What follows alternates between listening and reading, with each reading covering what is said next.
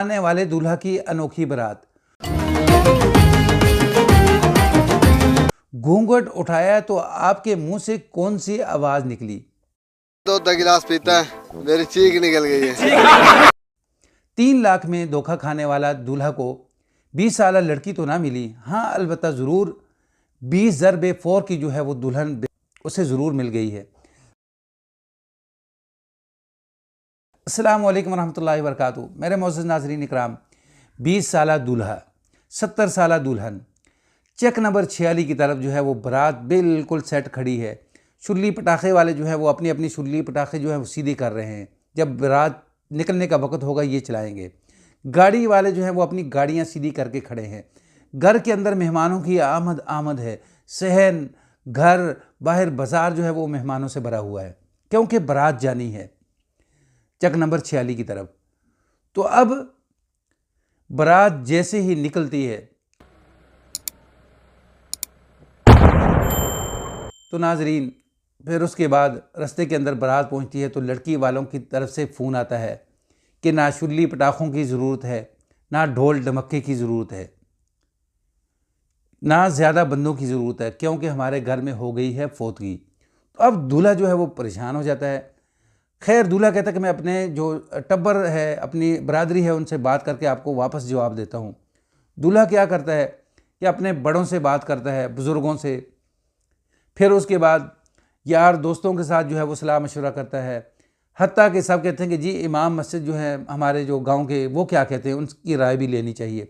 तो इमाम मस्जिद से जो है वो बात की जाती है। तो इमाम मस्जिद कहता है वो ठीक है। तो अब लड़का जो है वो फ़ोन करते हैं दोबारा अपने ससुराल वालों को।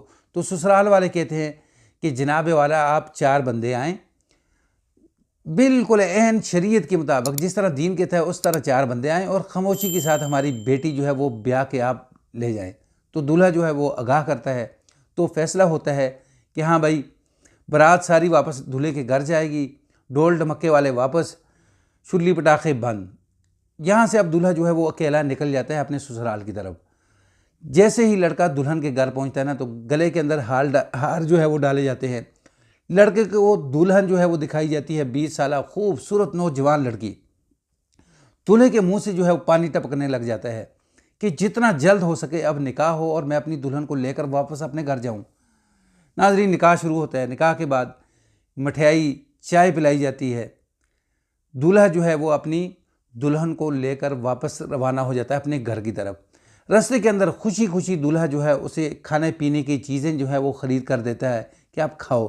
तो लड़की भी मिनटों सेकंडों के अंदर सब कुछ खा जाती है। तो जैसे ही ये घर पहुंचता है ना, तो इसकी अब तबीयत कुछ ठीक नहीं होती।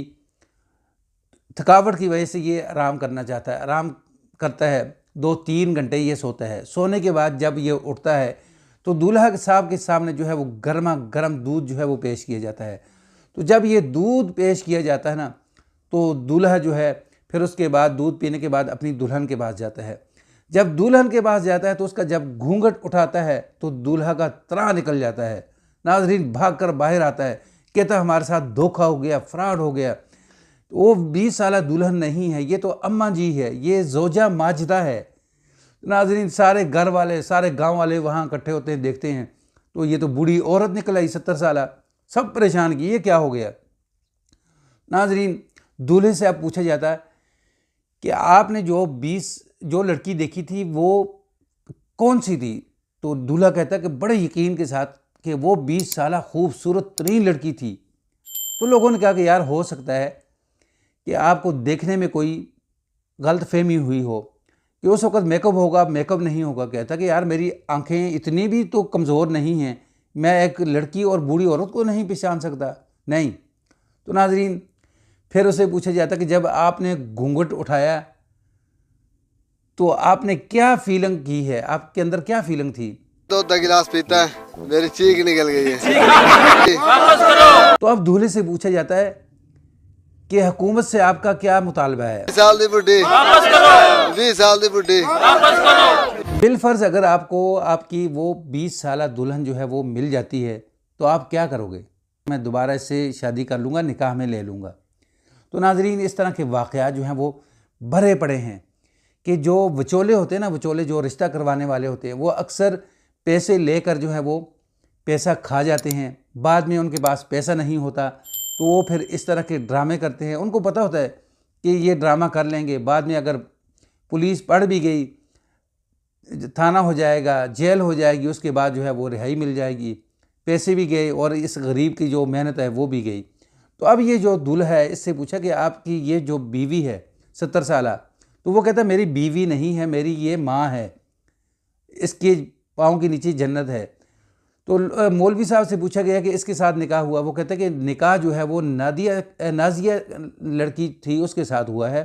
तो ये औरत कहती कि मेरे साथ निकाह नहीं हुआ, यानी इन्होंने इसके साथ धोखा किया है। तो इस औरत से पूछा गया कि आप इनके साथ मुलव्वस हो सकती हैं? तो उसने कहा कि मुझे भी नहीं पता, कि मैंने भी चाय पी थी, चाय पीने के बाद जो हमारा दिमाग था ना वो बिल्कुल सुन्न हो गया था, हमें पता ही नहीं था कि हम क्या कर रहे हैं क्या नहीं कर रहे हैं। तो मुझे गाड़ी के अंदर बिठाया, मैं इधर पहुंच गई। तो अब मुझे जाकर जैसे मेरा होश अब ठिकाने आया है, यानी आहिस्ता आहिस्ता तबीयत सेट हुई, तो पता चला कि मेरे साथ भी ये हो गया है। तो नाजरीन, अब गाँव वाले जो हैं वो सारे के सारे मुतालबा करते हैं कि 20 साला दुल्हन वापस की जाए और 70 साला जो है वो वापस ली जाए। नाजरीन देखिए, इस तरह के वाक़यात जो हैं वो यानी अक्सर उस वक्त होते हैं कि जब आप बरादरियों से बाहर या गैर बरादरी के अंदर या जान पहचान के बग़ैर जो है वो रिश्ते करते हैं, तो इस तरह के बहुत सारे मसाइल जो हैं वो आपके सामने आते हैं। जिस तरह इस एक गरीब मज़दूर के साथ, बेचारा दिहाड़ीदार बंदा है, इसके साथ इस तरह का वाक़या आया है। देखें अब शरीयत क्या कहती है, हुकूमत क्या कहती है, क्या इस गरीब मज़दूर को जो है वो इंसाफ मिलेगा या नहीं मिलेगा, ये अब वक्त बताएगा। नाजरीन, ये वाक़ई स्टोरी अगर आपको पसंद आए तो इसको आगे शेयर कर दें।